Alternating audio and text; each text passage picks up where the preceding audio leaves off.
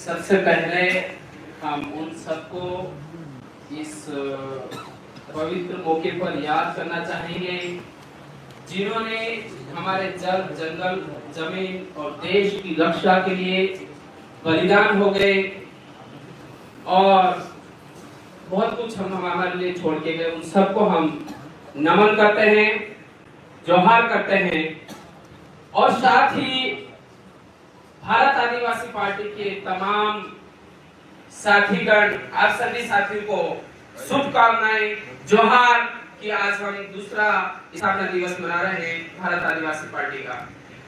अभी कहने में तो यह लग रहा है कि एक साल के अंदर भारत आदिवासी पार्टी ने बहुत कुछ अचीवमेंट कर लिया। Just with in 1 year Bharat Adivasi party has achieved a lot of things. ऐसा अभी तक आपने सुन रहे होंगे और सुना है, लेकिन मैं आपको ये कहना चाहूंगा, आज हमें जो उपलब्धि मिली है वो उपलब्धि बहुत ही बड़े बलिदान और संघर्षों के परिणाम स्वरूप ये उपलब्धि मिली है।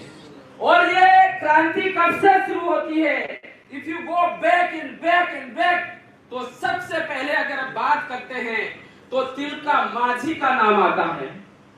Tilka Manjhi was the first warrior।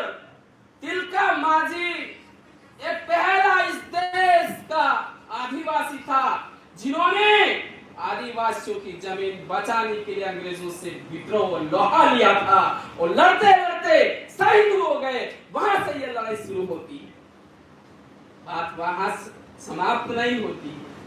फिर आगे बढ़ो तो फिर आपने संथाल विद्रोह का नाम सुना होगा। How many of you know, कितने लोग आप में से जानते हैं संथाल विद्रोह? संथाल विद्रोह के बारे में जानते हैं? हाँ, 1854 से लगाकर 1874 तक संथाल विद्रोह चला। और ये विद्रोह इस देश को बचाने के लिए, इस देश के जल, जंगल, जमीन को बचाने के लिए ये विद्रोह हुआ था। और इस विद्रोह का नेतृत्व सिद्धू और कान्हू ने किया था। नेतृत्वकर्ता कौन थे? सिद्धू और कान्हू। इन्होंने इसका नेतृत्व किया था। और हम कहते हैं क्रांतिकारी।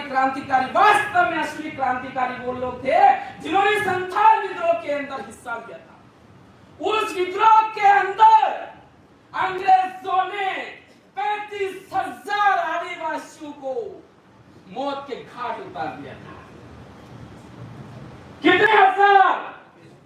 35,000, 35,000 tribes had lost their lives to save the land of the India।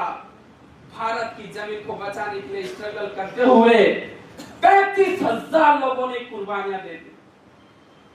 ये जो परिणाम देख रहे हो,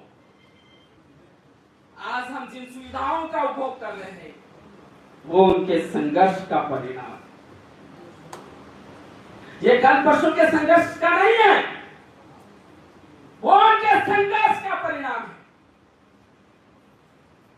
और 5वीं अनुसूची का आप जिस बात करते हो, 5वीं अनुसूची, we have many rights in the 5th schedule, you know, you must read out the 5th schedule details।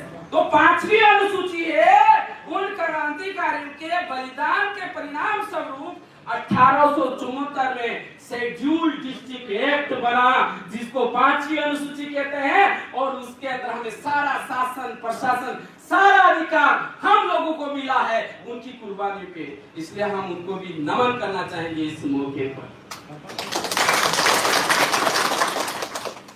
हमें लगता है कि ये 1-2 दिन के संघर्ष के परिणाम हो गए। मैं इसलिए कह रहा हूं, उस साथियों को संयम नहीं होता है, स्वार्थ के लिए आते हैं और नहीं मिलता है तो क्रांति गई भाड़ में। क्रांति व क्रांतिकारी ऐसे नहीं बनते हैं। क्रांति के लिए मरना पड़ता है, परिवार को त्याग करना पड़ता है, माँ बाप का त्याग करना पड़ता है, परिवार को बर्बाद करके क्रांतिकारी बनता है, तब जाके सबको फायदा होता है। और वही क्रांति कर सकता है, उसी के अंदर ताकत है और वही क्रांतिकारी है, बाकी तो नहीं।